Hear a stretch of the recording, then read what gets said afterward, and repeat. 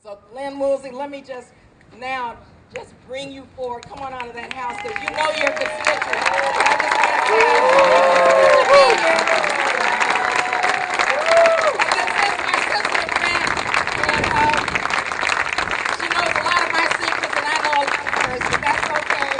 It's really good to be with all of you today. And thank you for continuing to send her to Congress.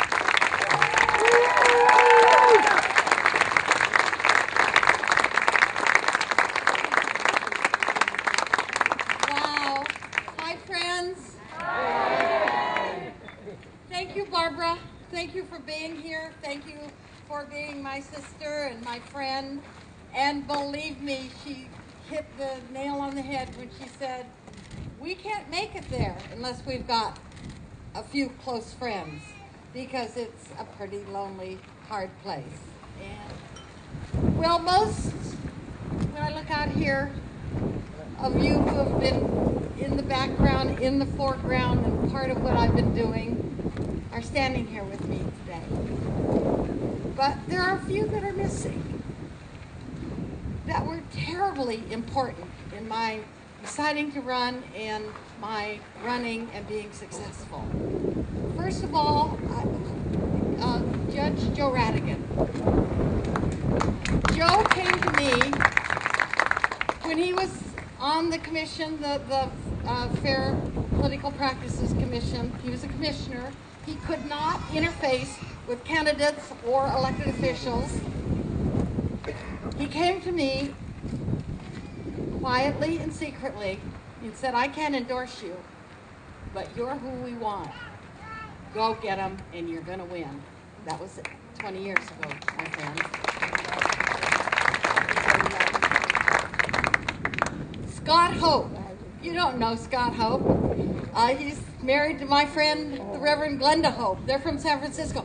They wrote me my first $1,000 check. It never entered my mind anybody would give me $1,000. I learned differently, however, but he trained me, he helped me, and that first check said so much about supporting who I am. They've known me for a long time and what they thought I could do.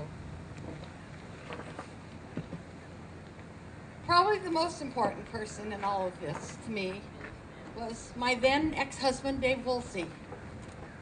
I could not have done this without him. He would call me, we were divorced. We were best friends and we loved each other forever. He would call me up and say, what are you living on? And I said, because I refinanced the house twice to get this first race going. This house that he and I built together. And he made sure that I had what it took to pay the bills and make sure that I could run. And nobody wanted me to win more than he did because he wanted to stop worrying about me. He wanted me to have a real job, get paid for what I love to do, and he helped that happen.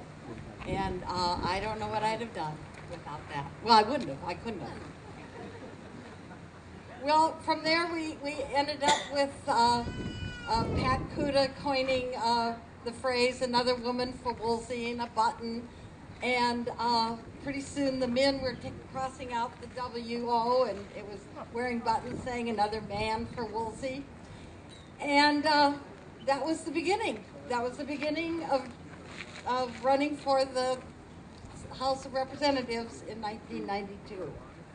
Now, well, Barbara Boxer decided to run for Senate, so there was this open seat in 1992. And there were 8 individuals in the race because they knew well in advance that this is what they wanted to do. They wanted to run for this open seat. Well, I had to wait. I wanted to run, but I lived in this house at the very, very northern edge of the 6th Congressional District. Well, the lines were redrawn, and I went to a Democratic event, and Grant Davis said, Lynn Woolsey, that district was drawn for you. My house is in the very center of the current 6th Congressional District. No more San Francisco, no more Vallejo, Marin and Sonoma counties. And so, of course, I ran. We went out and we won. Thank you.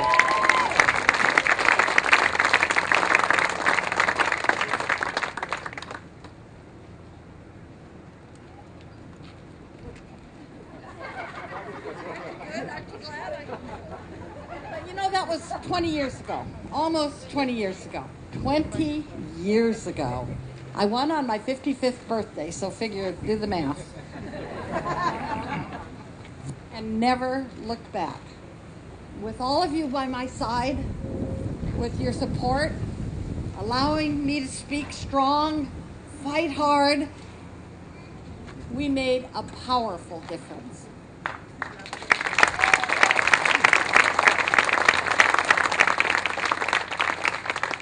We've made important and direct investments right here at home. We saved Two Rock Coast Guard base, not once, but twice, from a BRAC closure. We secured funding to make Hamilton Airfield the very first successful BRAC conversion in the United States of America. A breast cancer Center of Excellence was established because of the experience of women with breast cancer in Marin County.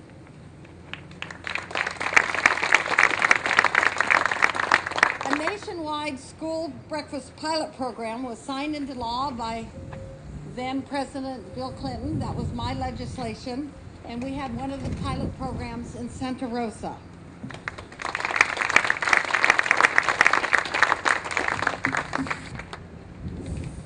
And we've done so much more.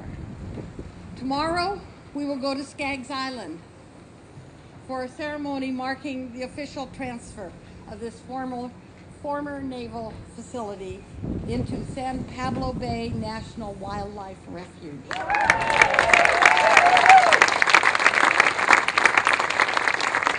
was a bill we passed in Congress just a few years ago that made this transfer able to happen. And it made it possible to protect these precious wetlands. And it would not have happened without Tom Roth. Raise your hand, Tom.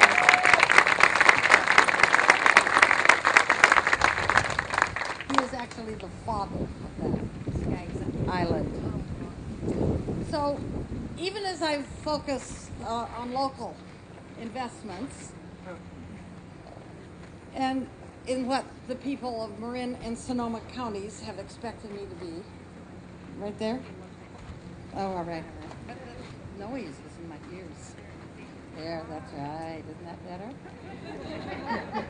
Thank you, daughter. But as we worked locally, it was very clear to me that the people I worked for wanted me to be involved and expected me to be involved in national and international issues.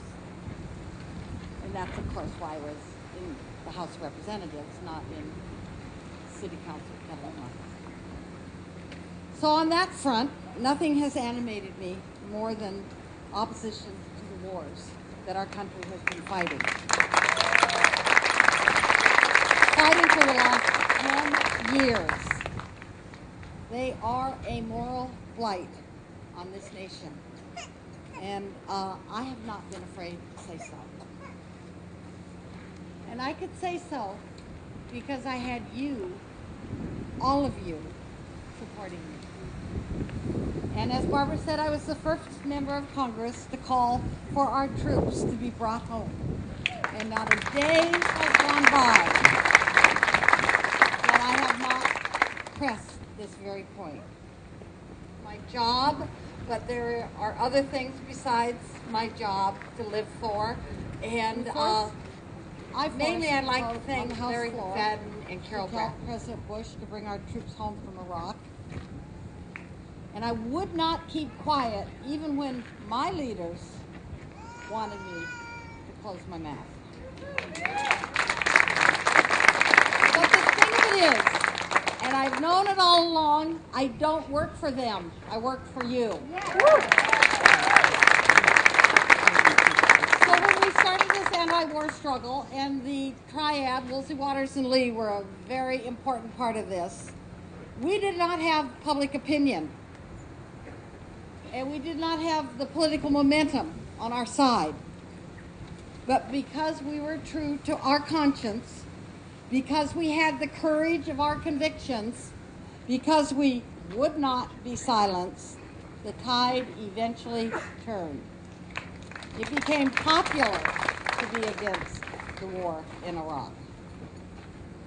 In just a few years' time, President Bush's military occupation of Iraq became deeply unpopular. And it's true, without question, that our leadership helped hasten the end of a major combat operation in Iraq.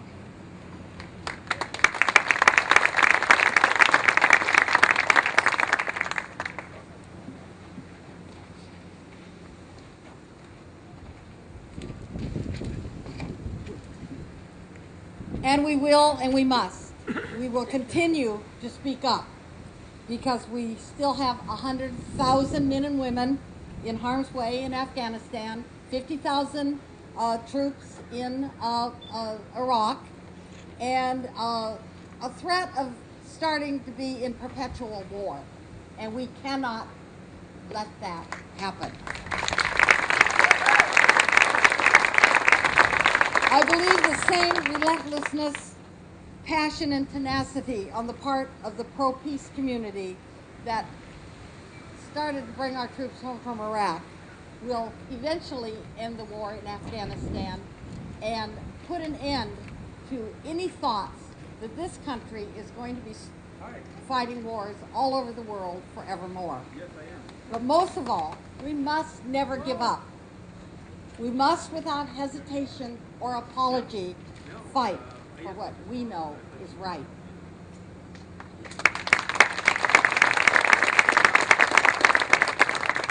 We haven't won every battle over the years, but we have fought, and we've fought valiantly, always holding fast to our principles, never compromising our values.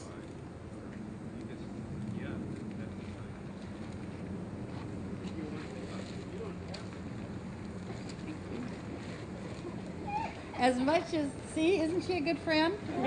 Yay, Barbara. As much as we've accomplished, of course, there are mountains that we have not climbed, challenges that must be met.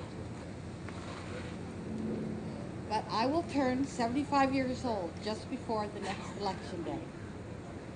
And after 2 decades of service to this wonderful district, it will be time for me to move on.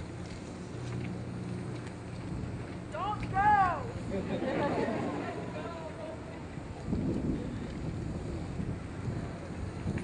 So with enormous gratitude, but not 1 ounce of regret, I am announcing that I will not run for re-election in 2012. I will retire at the end of this current term. So I leave it to you, all of you, you wonderful, brilliant, smart, best constituents in the entire world, to decide for the 6th District who should take the mantle and continue this important work. It's been a privilege to serve you, to work with you, and from the bottom of my heart, I thank you. Thank you. We love you, Lynn!